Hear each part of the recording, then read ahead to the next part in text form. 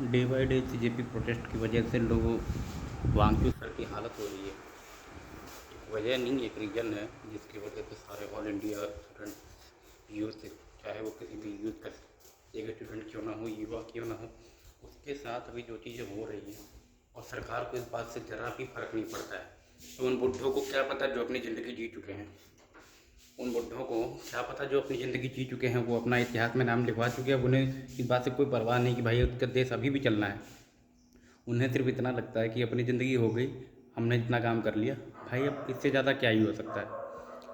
ये उनकी सोच हो सकती है, मुझे जहाँ तक लग रहा है। दूसरी बात ये हो सकती है कि भाई अगर आपको इस बात की ज़रा भी परवाह नहीं है कि कोई आदमी वहाँ भूख हड़ताल पे जाके आप उसका अनशन तोड़वा दो, भूख हड़ताल तोड़वा दो, लोग सवाल खड़े कर रहे हैं आप पे, तो अगर आप इतनी बुरी सरकार हो कि मतलब आप किसी की जान की परवाह हो है ही नहीं यार, हो क्या सकती है।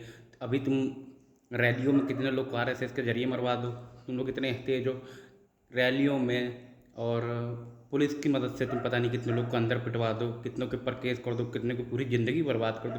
तुम लोग ऐसे लोग हो, तो तुम लोग की वजह से पता नहीं कितने लोग रोज़ अपनी जान देने तक के लिए मजबूर हो जाते होंगे। तुम लोग ऐसे लोग हो।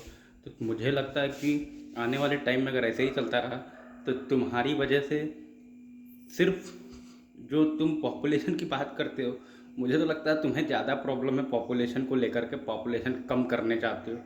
तो तुम्हारी प्रॉब्लम का तो मैं कुछ नहीं कर सकता।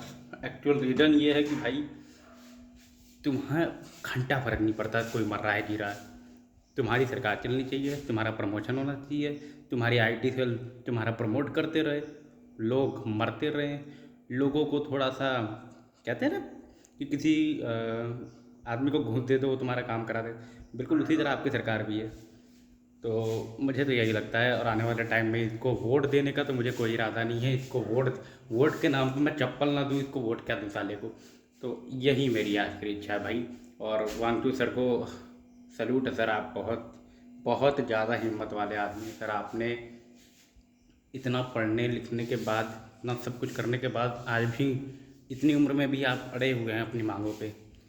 That's really proud for India.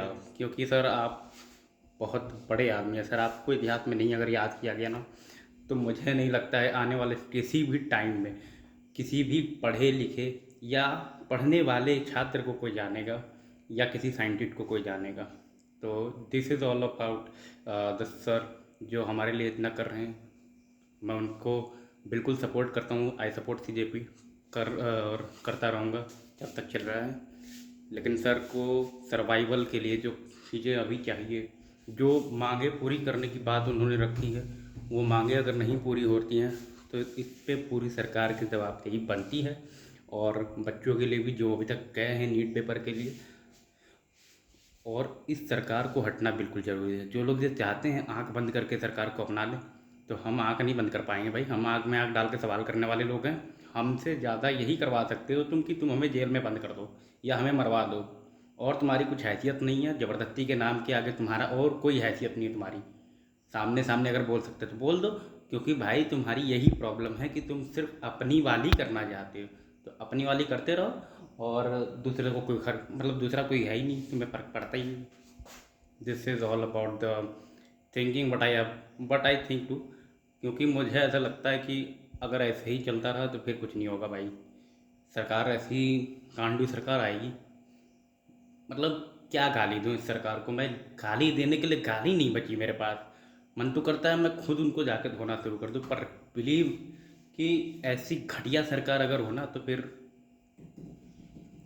भविष्य का तो भविष्य नहीं देख पाओगे भाई। इतना वो है, इतना टेंशन है इसमें, वो हर आदमी परेशान है। युवा हो, बेरोजगार हो, रोजगार हो, धंधा हो, पॉलिटिशियन हो, सरकार खुद हो, या उसके अंदर रहने वाले पॉलिटिकल पार्टी हो, धर्म जात के नाम पे रहने वाले लोग हों, तो फिर कुछ नहीं हो सकता भाई आपका। आप सिर्फ एक ही चीज़ कर सकते हैं, धंधा चला सकते हैं, बाकी वो तो हम लोग शुरू से देख रहे हैं।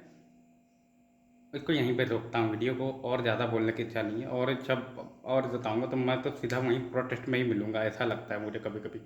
But this is not possible for me. Thank you.